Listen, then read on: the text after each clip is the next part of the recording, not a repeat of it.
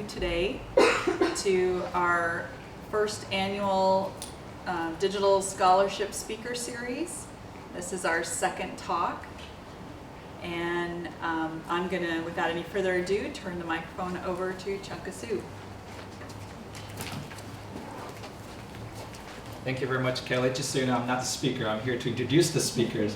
Like Kelly said, my name is Chunkasu. I'm an associate professor in the Department of Communication. I'm also serving as the special assistant to the Dean of College of Liberal Arts. Unfortunately, Dean Cawthon couldn't be here today, so I have the honor and pleasure to introduce the speakers to all of you. I'll try my best to be brief and short because I know many of you are hungry for the knowledge about our topic today, and also for the food back there that we'll be serving during the reception afterward. Okay. Not that it matters, but those are the best pot stickers I've ever had in the state of Texas, and I'm Chinese.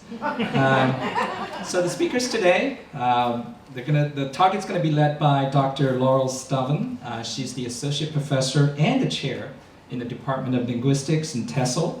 Her research encompasses pragmatics and the structure of bare singular count nouns, corpus-based work on lexical semantics, especially the interpretation of polysemy involving health discourse, brand name morphology, and discourse markers, and work in digital arts, digital humanities, and digital pedagogies for linguistics and TESOL. And she's accompanied today by her collaborator, Jacqueline Fay, who's associate professor of English here at UTA, and she's specialized in Anglo-Saxon literature and culture. Her recent work concentrates on the relationship of the human and non-human in Anglo-Saxon England, in particular rereading texts in relation to plant and animal ecology. And also, one of the co-speakers today, Sridhar Nerur, did I pronounce your name correct? He's a professor of information systems here at UT Arlington. His research and teaching interests include social networks, software design, machine learning, text and analytics, cognitive aspects of design, dynamic IT capabilities, and agile software development. So without further ado, let's welcome the speakers for today.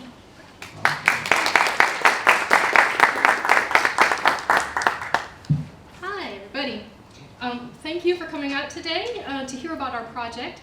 And thanks to the College of Liberal Arts for encouraging this new collaboration, and to COLA and the library for sponsoring the talk series. I'm going to start us out today with an overview of what we're working on, and then Jackie and Sridhar will each take a turn to talk about some of the steps of our current methodology. Our topic is a project that allows us to explore how wording affects ideas about health. It grew out of an interest in using semantics and corpus linguistics to explore how speakers discuss health, and then focusing especially on how people discuss and understand causation as they talk about what causes illness and causes health. In its scrutiny of how speakers use language to convey culturally understood causes, we see it as having key repercussions for anthropology, nutrition, and public health. So it's quite an eclectic interdisciplinary approach. I'm going to start us off with some quick examples of how this works in language so you can see it in action.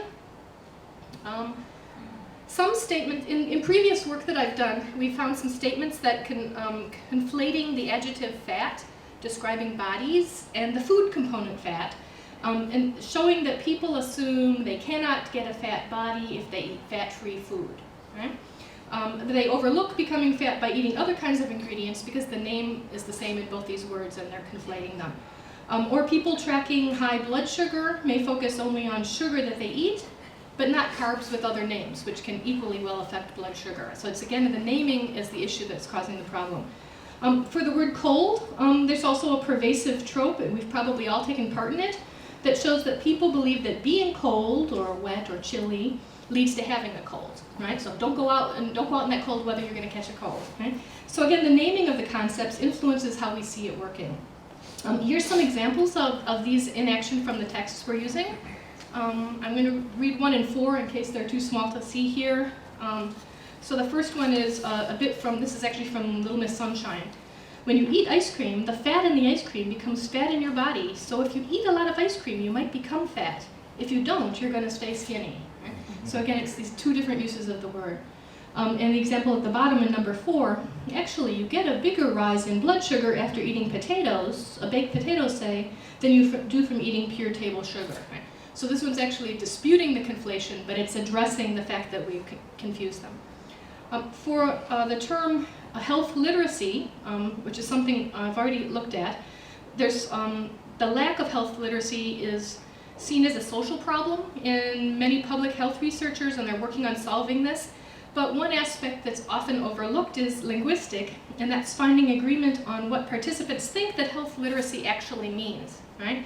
So is it simply patients with low reading proficiency? Right? Is it an issue of doctors using inappropriate amounts of jargon, even with their well-educated patients? Is it a patient's ability to integrate and act on health information? And in fact, all of these show up, but each of these assumptions is found in the text discussing health literacy, but each of these senses leads to solving a very different public health problem. So if one set of people are looking at teaching reading and another are talking about doctors' communication skills, right? So if they each address a different problem, the conflated senses lead to enacting then very different preventive health behaviors because you're trying to solve different problems, but you're all thinking you're talking about the same thing. Beyond capturing these sets of polysemous words, right, fat and sugar and so on, we're looking at what counts as causality and how speakers separate it from correlation. And the literature on this builds from some really nice work on illnesses that develop in the workplace, which was explored by Bradford Hill in 1965. He includes aspects such as the strength of association, whether the connection has been repeatedly observed or repeatedly expressed by different people in different places, and temporal relationships between the association of, again, like fat and fat, or cold and cold. His criteria were useful in epidemiological studies because he was a research doctor, but we'll see a lot of these same ideas as the kinds of things that are showing up in common sense understanding about causation by people in the texts that we're gathering. Right? So that's sort of our scholarly background. Why is a linguist looking at health? The idea is that the wording really influences what people understand. And in fact, to give a basis for more methodically examining these kinds of issues, we have this larger goal of compiling CADOH, the Corpus of American Discourses on Health. And from that, then, we'll have the means to do investigations from which scholars can produce a range of research papers on these lexically related issues. Okay? The corpus we're compiling contains vernacular language. That means not medical journals, not medical records, but just the stuff that makes up how we all talk to our friends and family members. We want to gather snapshots of lay people's ideas on health. So we started with some things like newspapers and blogs and broadcast transcripts on talk shows on TV and radio. Working and tracking along the way to determine which of the current materials are under what kind of copyright, right? Because our goal is to end up with something that's a shareable corpus, and so we need to make sure that we can reuse these for others. Because spoken sources have been much harder to find, right? We can't just scrape that off the web as easily. With the Dean's funding, we've been able to do a series of recordings of focus group discussions this summer with UTA students, probing for their ideas of what makes someone healthy, what behaviors they practice to keep fit, what qualifies as obesity, what causes colds, what causes diabetes, who they trust to get health information from, right? And this gave us a lot more natural contemporary conversation data to add to the material. Okay, as envisioned, we're approaching the topic of vernacular usage on health from two directions. So one, as I noted, looks at contemporary usage from a range of published sources, right? The online forums and blogs, fictional conversations from novels and movies, and also the new focus group data. Secondly, however, we're developing some steps from a new diachronic aspect of the study. And this aims to set up a comparable set of texts from earlier stages of English. Okay? We're starting with Old English. All of the existing Old English texts from the years 600 to 1150 have been gathered by scholars from the University of Toronto as part of their Dictionary of Old English project. You might have been seeing some of this in the press lately. We purchased the texts that are the basis for this on CD from them, and we're culling through the already digitized set of all the Old English texts to pull out just those materials that have themes of health and illness and nutrition, herbal remedies, bodily humors, food, right? The kinds of things that were the way people talked about health in an earlier stage. And again, here's a breakdown of the materials. You can see on the slide the kinds of text making up CADOH and where we got our sources from the Old English.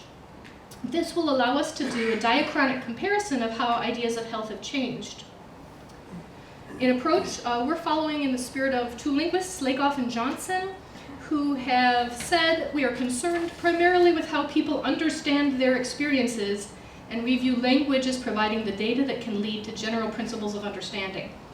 And one of the routes to empirically investigating word use, which happens to be in my area, is using naturally occurring corpus data. Right? So again, we have the corpus we're compiling, and the corpus of older materials that has already we have access to. In particular, we're looking at these larger research questions. How can vernacular corpus data be tapped to show the ways that people acquire health information and spread this information to each other through narratives and explanations and advice? And then we want to compare the Old English data in text to the current century, right? So how have vernacular health terms changed over time? How do we talk about these differently? And that leads to the third question, has sort of two parts. More abstractly, how do these changes reflect society's views of staying healthy? And then sort of concretely, there's some applications. How can we exploit lexical misunderstandings to more effectively counsel individuals on preventive health issues? How can we point out where the misunderstanding is? Okay, so I would admit that this part of the project, we're still in the beginning stages. Right now we're on the data cleanup, right? Once materials are saved as text files, we can do some basic concordancing to see which words occur together, right? What modifies fat in one sense and what modifies it in another. Here you can see some examples of the word sick in the 20th century data. When we run it through our concordancing program, this was AndConc. The word sick down the middle, we can see the context in which it's used, so we can start to see what modifies it to the left and to the right and how it's used. In a minute, Jackie's going to tell you a little bit more about the Old English text types, but let me just share with you some of the orthographic issues that we're dealing with. For those of you who aren't medieval scholars, you might not know that earlier English contains some different characters than contemporary English does, and I see people nodding in here who do already know this. So before we can search our plain text files, we need to convert at least these three characters, thorn, eth, and ash, into their HTML code equivalent for the Unicode UTF-8, which is behind the scenes of the text files. And so that would be these three characters. So when we're looking for that thing on the left, the thorn character, actually what we're seeing in the text is this longer string of the Unicode, right? And because of that, if I show you these concordance lines from the Dictionary of Old English, this is the equivalent of one of the words for sick in Old English. And it's, again, concordance, just a keyword in context here, but you'll see some of the things spelled out with the ampersand, thorn, semicolon, indicating where to the computer it will look beautiful in the HTML and we can see it as that character, but behind the scenes it's encoded in a different system. And then lastly, as I said, one of the concerns is about studying causality. One way that concordancing can help us to do this is to look at the kinds of ways that people talk about one thing causing another. And looking, for example, at what kinds of strings appear around and between different uses of the same word. So I mentioned about how people think, well, if you're feeling cold, you are susceptible to get a cold.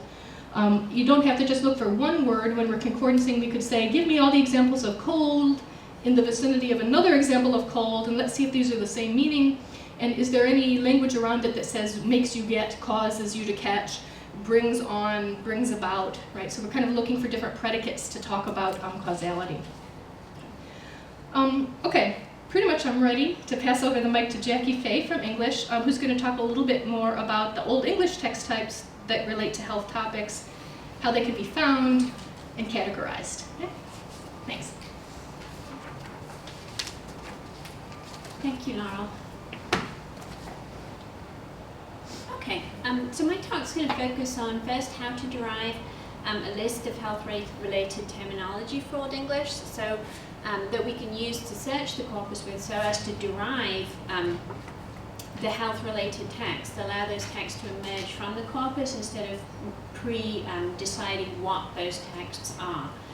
Because we can expect with earlier material that that health is likely to be referred to in different ways and in different places than it will be in the context that we're more familiar with.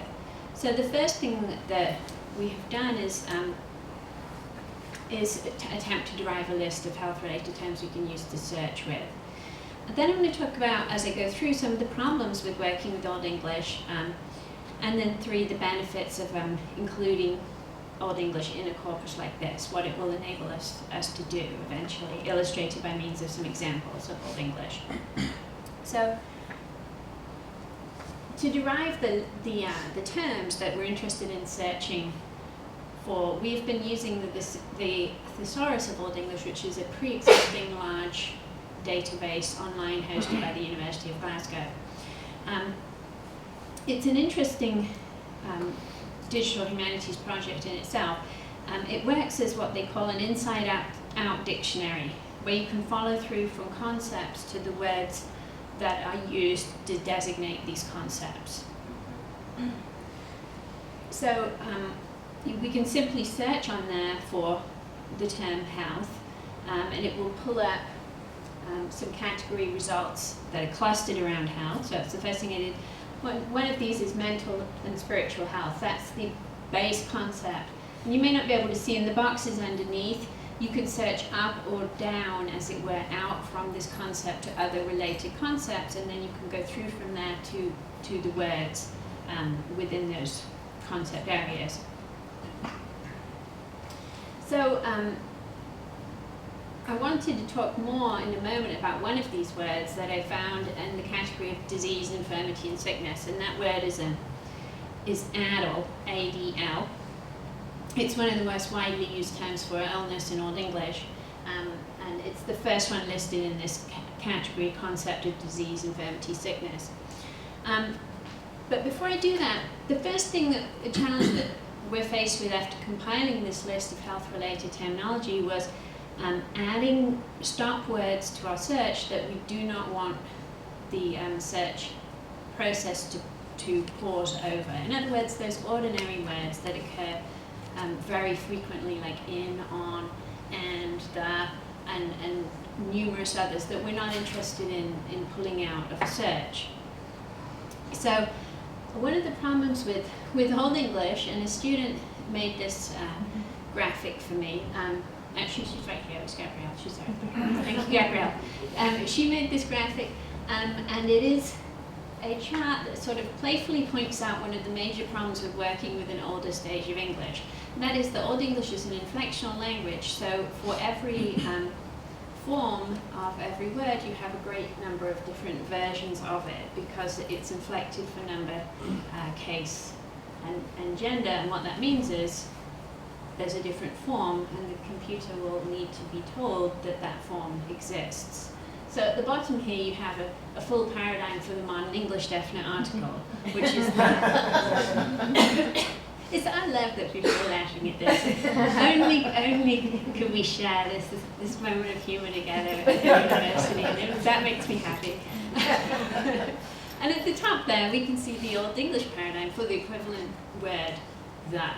So all of those must be listed separately as stop words, and that applies for every other word as well that is a stop word in modern English. In Old English you're going to have multiple versions of it. So that's something that obviously has to be dealt with in a project like this, working with older language. So the next thing that's necessary to do is use the pre-existing database, the Dictionary of Old English Web Corpus, that includes every text preserved that was written in Old English, to search for our health-related words. Now, our eventual corpus of text will differ from this corpus in 2 distinctive ways. This one is comprehensive for Old English. Ours is a subject-specific corpus, so we want to only take out texts that are relevant to our topic of health-related discourse. And also our corpus is diachronic. This one is not. It deals only with Old English text, so there's no way to look across time, which is one of the major purposes of our corpus. So we're using this as a starting point to build the part of our corpus that deals with Old English specifically. But if we do search here on what we have so far, in Old English, and we search the term addle that I mentioned, ADL, addle, Old English for illness, sickness, we find there's 104 matches for that word in the corpus. But in that search, and this is just simply what that looks like when you do that online,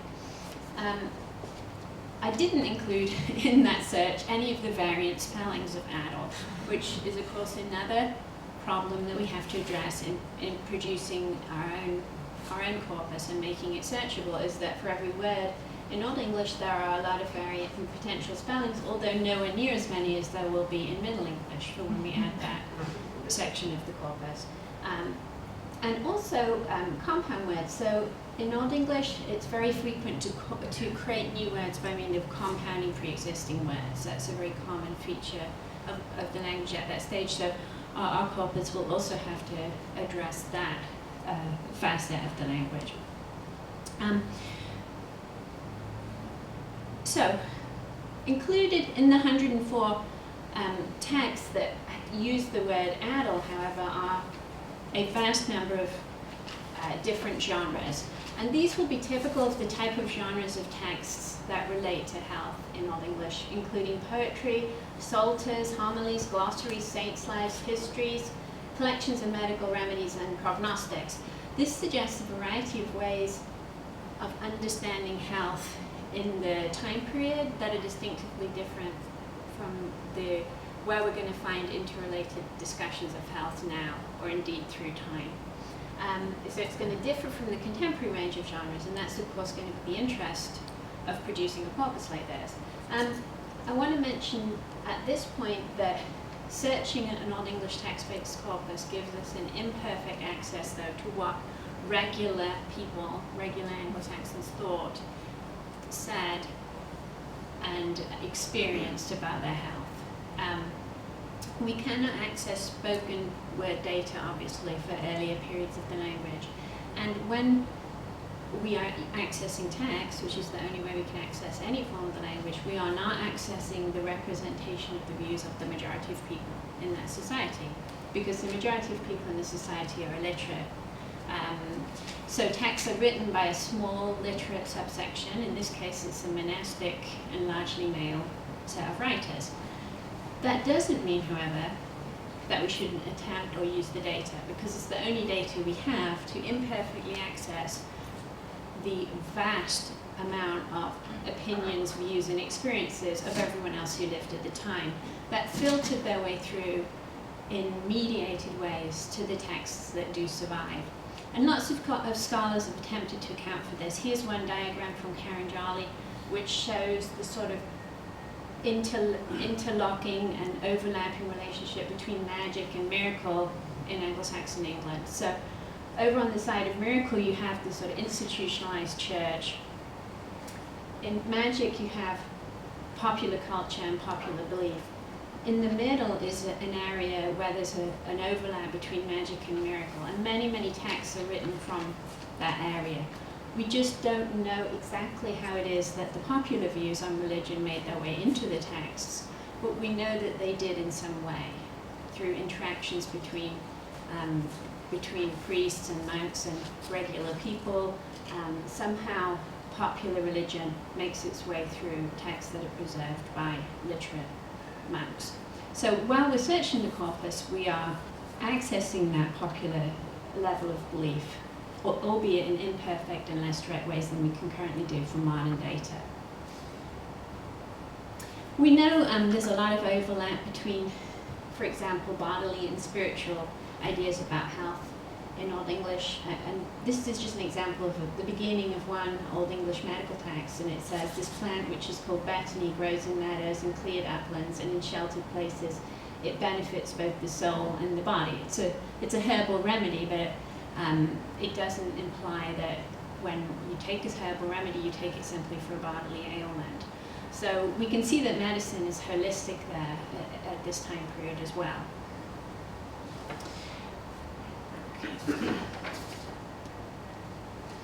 Okay, so finally I just wanted to pull out two contrasting examples of the way in which the term adult is used. If we pull out two of those 104 references or uses of that word in the corpus, what would that look like? Because this is, of course, eventually what our corpus will be able to do. Only in addition, it will have later uses of this word. Well, we'll find that it's used in Old English poetry, and it's used in the most famous Old English poem, Beowulf. And I've highlighted the uses of it here, and you can see that it always occurs in collocation with another term. Adel ne ildo, adel other ege, adel other iren. If we expand one of these out, we find that adel here, illness, is actually a concept, a noun meaning illness as a concept, and it exists as part of a poetic formula in this context. That is a common trope which lists all the ways you will die. Eventually. It's a happy, Germanic poetry is not one of the happier forms of poetry. But in this trope that's very frequently occurring, death is inevitable, and you might die from illness, or old age, or a sword, or a spear, or fire, or some other way that is listed conventionally in these tropes. So here it's adult, sort of big A, illness. And it occurs very conventionally. There's no way to act. This is not interested in, I have an illness of my foot and I need to know what to do about it. This is illness, this is not a preventative health discourse right here. quite the opposite. So that's one example that's interesting in its own way. Here's another example from an Old English saint's life. So hagiography is going to be a huge area for health discourse in earlier texts, throughout medieval Europe, in fact. This is Alfred's life of St. Ethelthryth, an English saint. And you can see here that we're told that there were many sick men, adlia men, healed through the Holy Maiden, just as we heard earlier, and also those who touched any portion of the cloth which she was wrapped became immediately whole or healed, and the coffin which she previously lay in also performed many great things. So here we see we can extract the importance of saints and their relics in healing in medieval England, and also by collocating the words we're able to see the association between adel, illness, and hal, heal, or in fact etymologically whole, to make yourself whole or healed. We'll see how dense the use is. I tried to bold it. It might be a little bit difficult for you to see the terms Yehalida, Adlia, and Hala clustered together there, and it is a sort of dense number of uses of medically or health-related terminology. So just to end with a couple of reflections thus far on incorporating the older material. One, I think, is the value of doing it despite the significant difficulties that it poses. Why should it not be part of a discussion of health discourses, to go from the earliest to the contemporary? So not allowing the differences to eliminate including it at all. But the challenges are working with the inflectional endings and the spelling variation. And three, the third reflection is how eventually to allow for those diachronic searches, given that we're dealing with different words and what we now need translations for. So eventually to search across the corpus diachronically, we'll have to probably work with translations of those words or translations of the text to allow non-specialists, people who don't know Old and Middle English, to really search across the database and pull up something we can use. So those are all reflections on where we are at this stage in the project. And I wanted to turn over to Sridhar, who will talk about the technology. Thank you, Jackie. Thank you. Well, So I'm the techie guy on this project. My role in this project is to analyze the corpus and tease out the nuances, and then tell a story that will help us address our research questions. So I'm going to talk a little bit about text analytics, very briefly. So we know that we are inundated with data. Data is growing at an exponential rate, and most of it is unstructured. It's not structured data that lends itself to easy analysis. And that's what makes life a little difficult, because it's unstructured. And so people are now going out and looking at all kinds of textual data to make sense of it. Conversations between a doctor and a patient, for instance, or understanding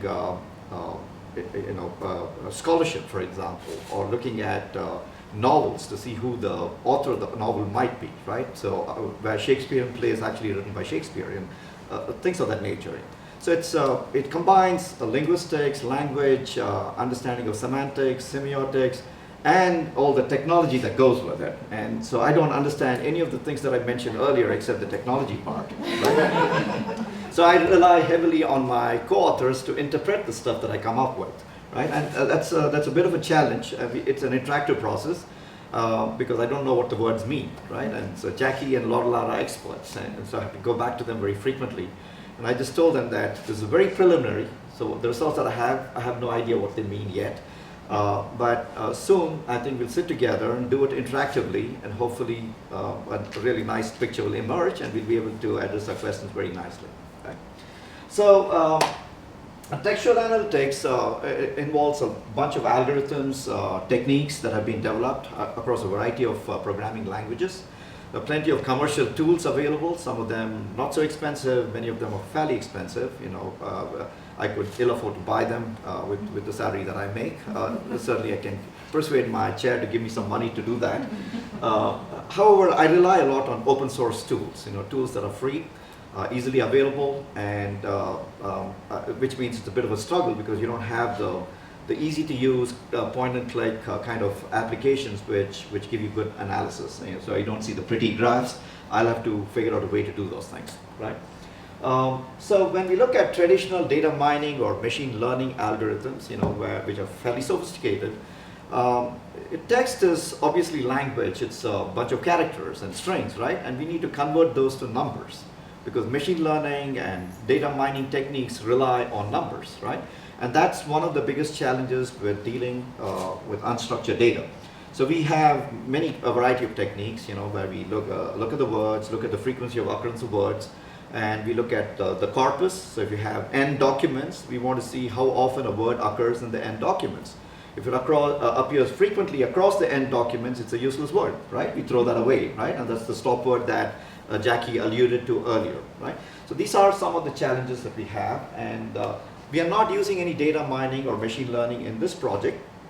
However, we will probably figure out ways to cluster this, we'll figure out ways to come up with topics and so on and so forth. So before I touch on what exactly we are doing, let me very quickly step through some of the areas in which text analytics has been employed, right? Where people are frequently using text analytics.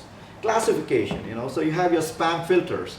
If you go to your email, it automatically detects, sometimes erroneously, it takes your junk mail and throws it into the spam filter, right? It goes into a spam folder. And occasionally you may have to go to your spam folder to find a mail that one of your friends sent, right? Because it comes from an address that the system did not recognize. But what they do is actually examine the text. They look at the language, they look at uppercase letters versus lowercase letters, the kinds of words that are being used. And then it tries to make sense of this, and it says, according to my training, this should be spam, and so it throws it in the spam filter, right? And we call this text classification, right? And it's very commonly used. They typically use an algorithm called naive Bayes.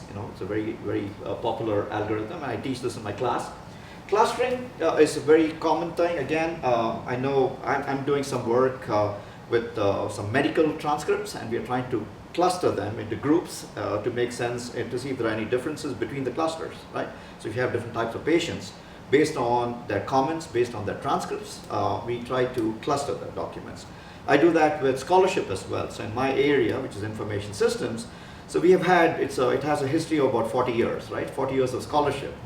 So what are the key areas here? How can I cluster my different journals, right?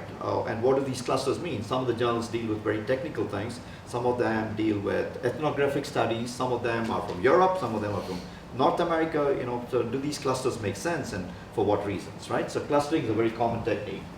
You also look at assessing similarity of documents. In the legal profession, for example, you know, lawyers deal with cases and they want to cluster, you know, look for similarity of document. So when they get a new case, they want to find all the cases that are very similar to the new one, right? So that makes their life much easier. In the past, they used armies of human beings to go through the documents, you know, physically, sifting through this and then piling different, sorting them, right? Now we have tools that can do this automatically for you.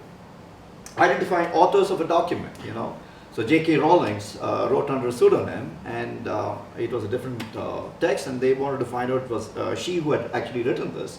So they used text analytics. So you can examine, so if you give me your writings, after some time I can write a machine learning algorithm that'll come back, and when I see a new piece of literature or a new article, I'll be able to tell who the author of this article is, right? So it's going from the articles to the actual authors.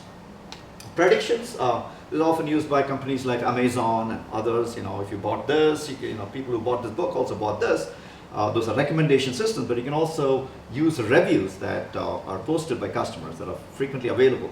Now, it's not just text alone. I mean, the field has progressed to a stage where we can now examine images. So we can actually look at a picture and then say, what does this picture have aesthetic value, for example, right? So what can the picture tell us? And then you can analyze the text along with the picture to make sense of what's going on, right? To be able to predict sales, whether or not the customer is dissatisfied. We look at attrition, churn, you know, how do we prevent this? Things of that nature, right? Sentiment analysis, which is something that everybody is probably familiar with.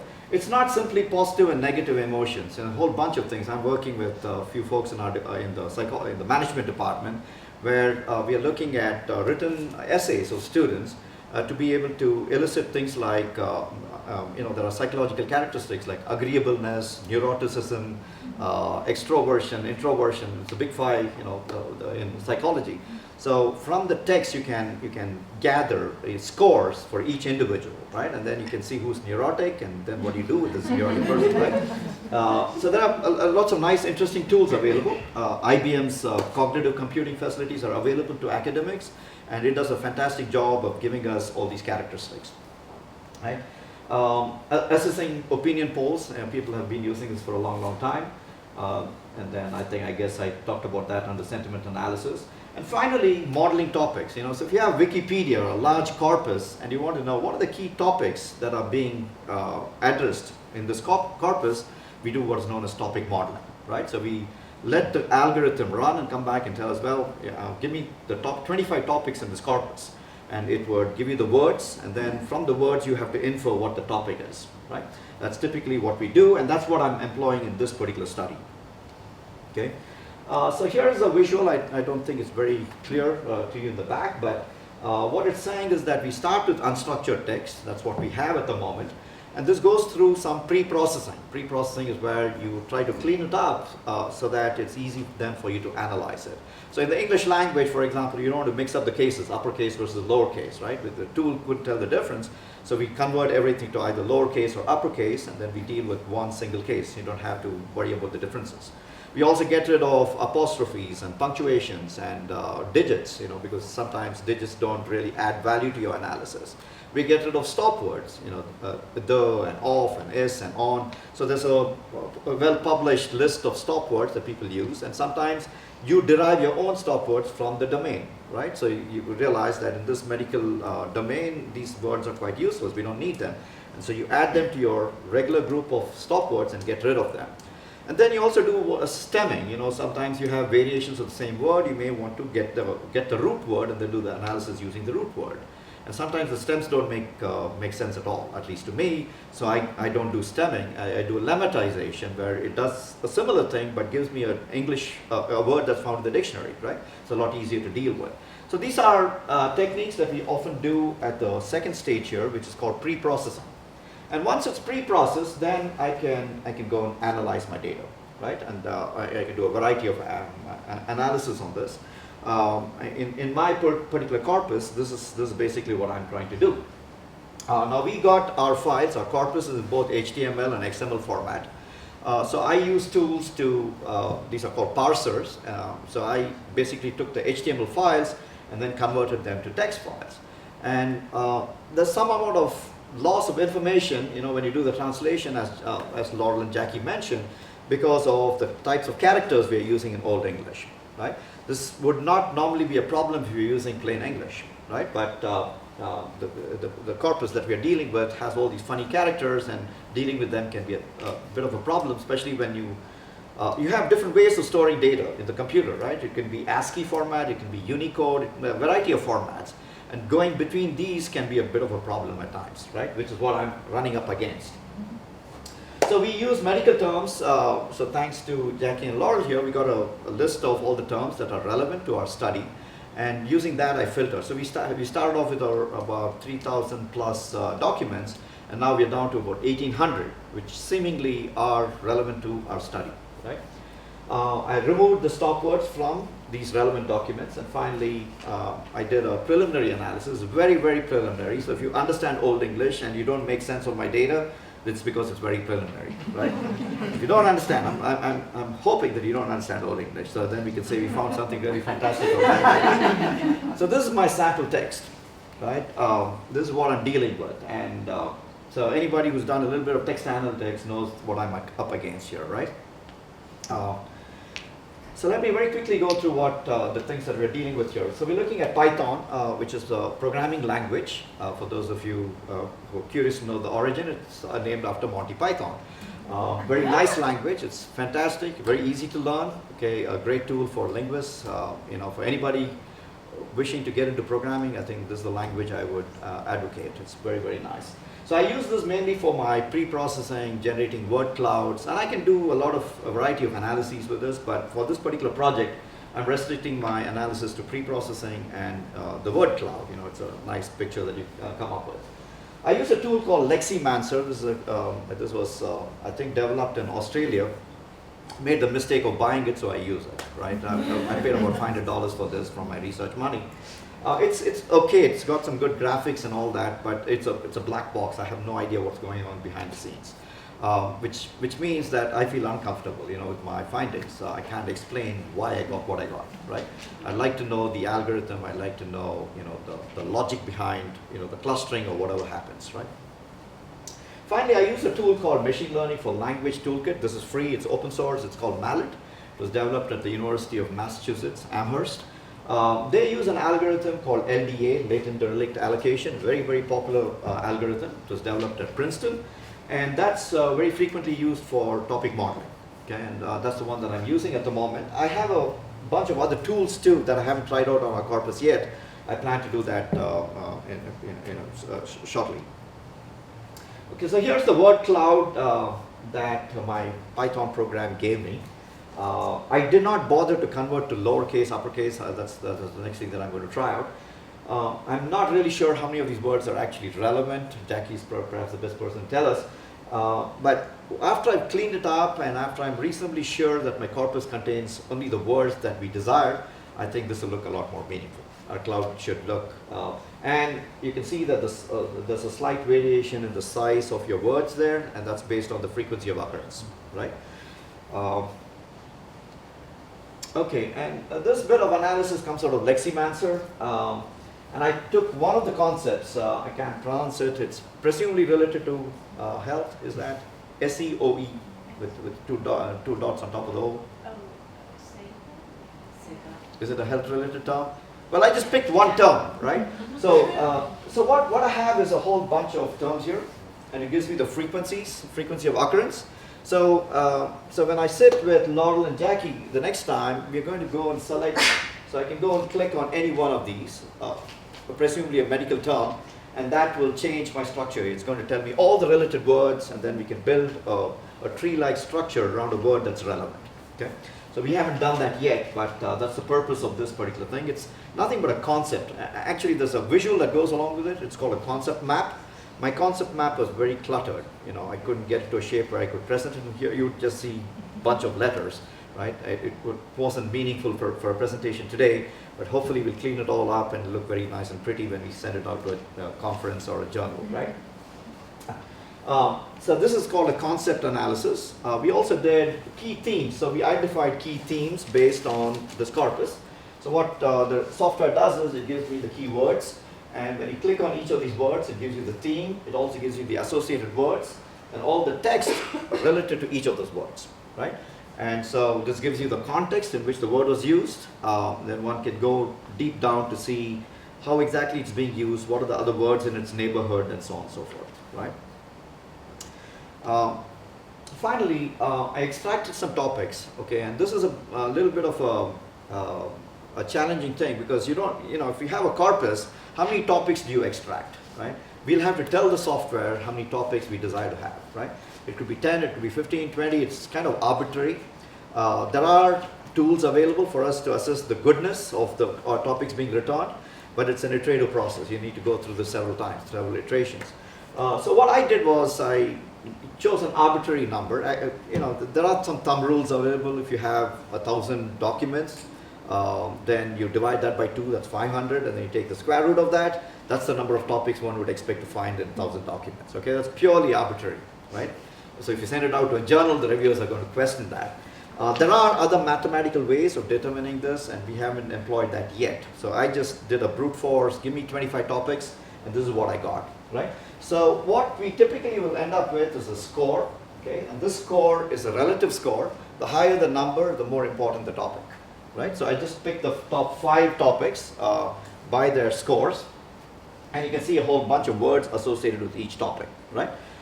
When you get meaningful topics, right? So I've done this with research papers in my field, and the topics will immediately make sense. I can see how these words fit together. If I'm talking about software development and cognitive aspects of software development, you'll see the word cognition, you'll see software, you'll see agile, the terms that actually come together, and you can construct, it's left to your interpretation, but I think you can, when people see it, people who are familiar with the domain see it, they'll say, aha, I know what this refers to, right? And of course, I can't tell what's going on here. We'll have to figure that out. Hopefully, when we're done in a couple of weeks and a few iterations, we will have very meaningful topics extracted, right? Not only can I extract the topics, because now I have a whole bunch of words that occur in a topic, I can actually look at the relationships among the topics, right? What is the relationship? By looking at the frequency or the overlapping words across topics, I should be able to tell how they're related to one another. So I can then build a small social network of topics and the relationships between the topics. Once I have a social network, and then I can tell which topic is central, which is peripheral, which one can communicate ideas quickly through this network, and so on and so forth, right? So there's a lot of analytical and extra techniques that one can employ to take this further. Okay, the question is, what is meaningful? To what extent does it address the research questions that we have set out to answer? Right.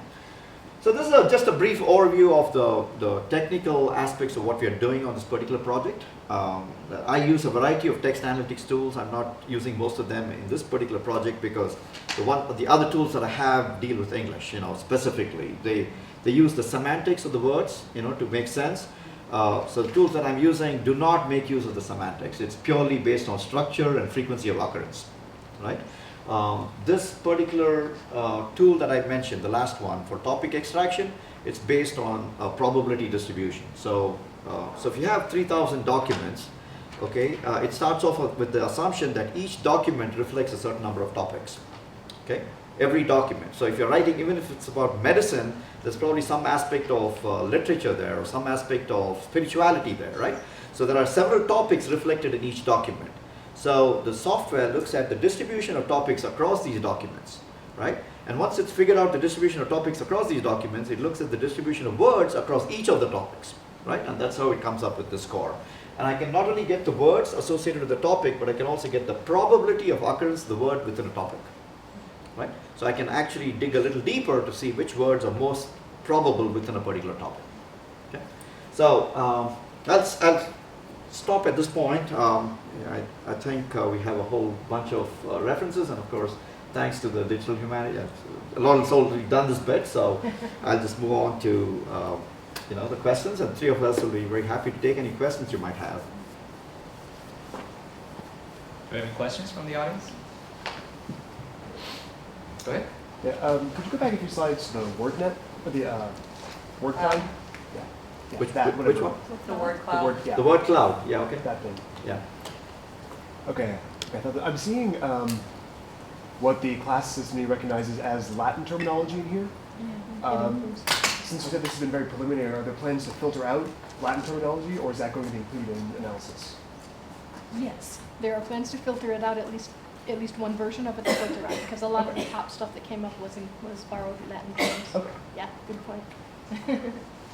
Yeah, this is the unfiltered text, right? So we are yet to do. We cleaned up some of it, not all of it though. So this is what I got after a preliminary round. So we'll be. So the software is ready to go. All I have to do is to change the text and then run my program, and it should give me a new word cloud. Okay. Because a lot of the included in the Old English corpus are glosses, so that's a major component or a major genre in Old English, which is just glossing Latin text, just giant lists basically. So they're all in there. So that's where these Latin terms are coming from. They're coming from glossaries, but they're interesting, and the diagram is very interesting because we can clearly see like one of the biggest words on there. It's well that one, but once we filter those out, it's going to be God. Okay. I mean, Yeah. it's very revealing of. Go ahead. I have a question for Dr. Stvan and Dr. Fay as well. So in modern English, we have like millions and millions of people who speak this language. And you're taking that from the web as well as from some of your focus groups. So you're getting data from conceivably millions of different people. Whereas for Old English, you've only got 3,065 texts. So I'm wondering whether you've thought about the idea of including the viewpoint of contemporary people to the Old English texts, but from different languages. Or do you want, for some reason, just to keep it specifically to English? Well, no, I see. You see what I'm saying? So you get more So data? the answer is both, right? I mean, first, we have as much data as we can bear right now just with English. Mm-hmm.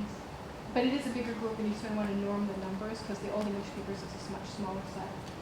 But we would like to see if there's cultural concepts that go across other languages, but we want to set it up so that we or someone else could do those comparative works, and so you could So compare maybe that would be like a follow-up. Yeah, absolutely. But and once you've coded it so you know what you're looking for, then someone could do a similar version with any other corpus.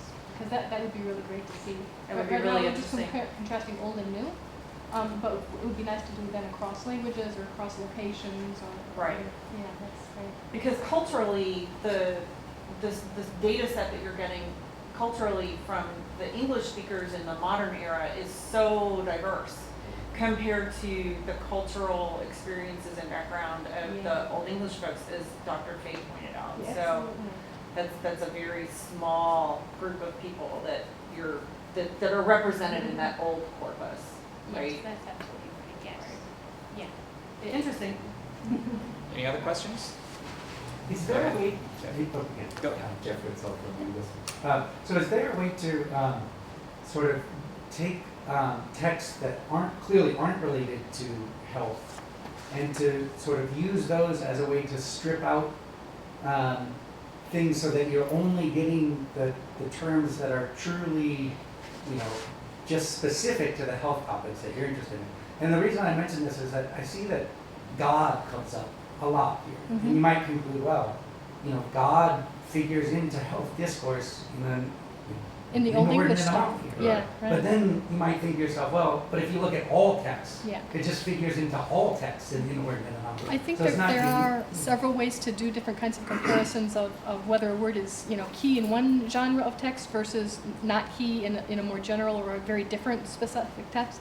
So we've had several ways to go about this. Do we start with the words, to identify the text, or do we start with the text to produce the list of key words, right? Yeah. And then once you have an idea of what some of those words are, you can check that by comparing it to some texts which should not contain that and see if indeed their frequency is more skewed. Okay. Yeah. We can also look at the context in which God occurs and whether or not it comes with the medical words, right? So we can do bigrams and n-grams, and that's probably the next step. We'll probably start looking at specific words and how they occur with medical terms. Go ahead.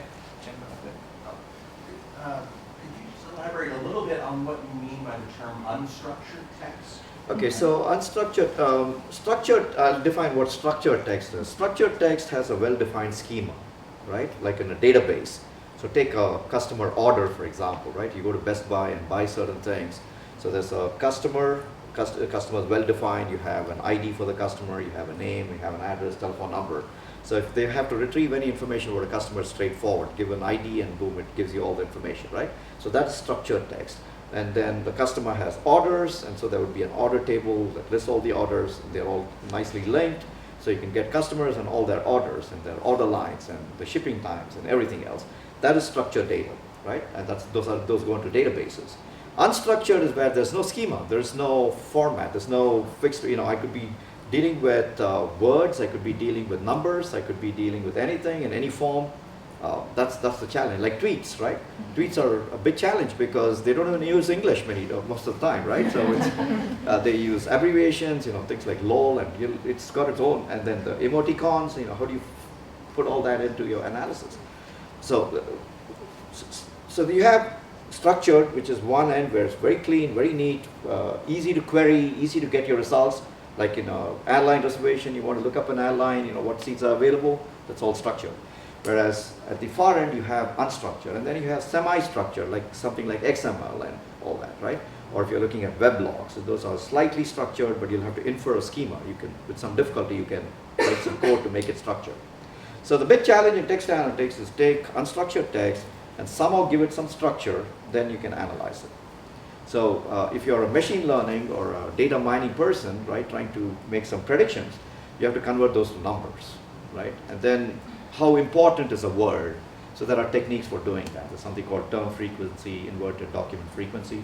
It's not just the frequency of occurrence of a word, but how many documents it occurs in, right? If it occurs in all the documents, it's probably not very useful. If it occurs in a few documents, but very frequently, it's probably has a lot of weight, right? So we weight a word depending on frequencies and the number of documents it appears in. And that's one technique. There are several other techniques. People do matrices and all kinds of manipulations with matrices. Anyway, one question. Go ahead, I please. was just, are you including professional text? For example, maybe the American Medical Association has a blog, or is this being excluded or differentiated? We had a set in the contemporary stuff that had a mixture. There's some of them are coded as personal blogs, so they're sort of patient stuff. And then there's some that are commercial, but they're like meant to address normal people. But we have not been doing things by doctors, by specialists, or by researchers. Just because we wanted to focus on the vernacular, but you do have to make sure you've pulled out the stuff that's, specialist expressions. Yeah. Any other questions? I actually have a quick question for Sridhar. Sure. I understand that one of your research areas is in social network analysis. Yes, and that's I do correct. social Oh, network really? analysis Okay, too. good. So do you have plans to analyze the network structure of those texts? For example, if one word is heavily linked to another word, Yeah. and then eventually you could have like a network of words, The and then do problem- some sort of network analysis about those things. I would like to do that, but there's a computational problem with that. Yeah, big challenge. You're dealing with thousands of words, right? I mean, this corpus is probably small compared to some of the texts I'm dealing with, and I don't have the hardware or the compute power at this time to be able to do it. But yes, I would like to actually build a network of words and the relationships. And then I can then look for cliques. Great. I can look for, Yes, those, centrality, right. that kind of I can look for centrality of words. I can look for closeness Prestige. centrality, degree centrality. Between-us. Exactly, absolutely, right. So I do that with topics. So the topics are much easier to deal with, right? So I look at membership of words, commonly occurring words, and then there's a relationship based on that, right? It's just like club membership. And then you construct a network of topics, and then you can do the same thing. You can find out all the centrality measures, betweenness, which one is brokering which, and so on, right? I think Cedric had his hand up. I was just curious about, are all of the Old and Middle English texts that you're using, are these all already machine readable, or are Yes. you finding that, No, so you're not having to deal we're with just scanning? doing right now just Old English, nothing in between there and here, and they are already in digital form, XML, right? And an HTML version so that you can view them. So that was lovely, right? Yeah. But it does mean we have to use whatever version they had them in to run it through the other programs. You see in the future maybe finding ways to use text that have not been Oh yeah, converted. definitely as we get more contemporary, there's going to be things that are going to need scanning and entering in other ways and lots of other kinds of cleanup. So this was a beautiful way to start this because they were already digital. Okay. Yeah. So there are ways to deal with scanned data too. So you have OCR compatible ones that can actually look at scanned images and convert those to text. So I'm dealing with one, working on a project now where all the data is available in books that have been scanned in. Everything has been scanned in. So I'm using Python with an OCR PDF converter, but you lose words. It's not very clean. And then with the non-conventional fonts and characters. Exactly. Oh yeah. And Exactly. And for us, the numbers are important. And so when so if you're doing some statistics and you're relying on the numbers, so if a 9 becomes a 0, you have a problem.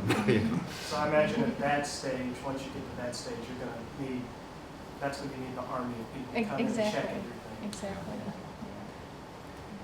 All right, if there are no more questions, let's give another round of applause. And I think I can speak for everybody that we all agree that this is a great example of interdisciplinary research project, right?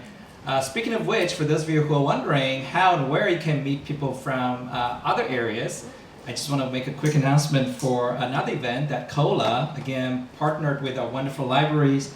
We're going to be hosting another second Meet and Mingle event, which is going to be 2 weeks from now, 2 weeks from today, October the 20th at 3 o'clock in the afternoon, down the first floor of the library, Central Library, and in the Fab Lab. So if you walk into the library, just turn right, and we'll be there.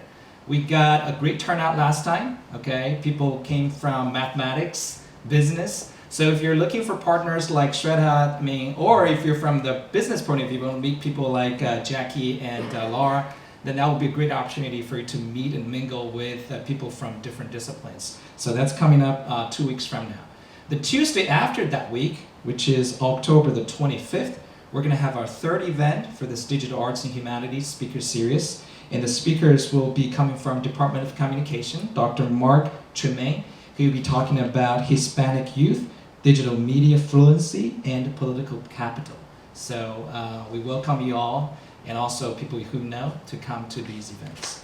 Thank you again for coming today, and we have some, like I said, fabulous food back there. Feel free to enjoy them. Also, our speakers, I think they're going to stay here if you want to mingle with them. Feel free to do that. Thank you all for coming.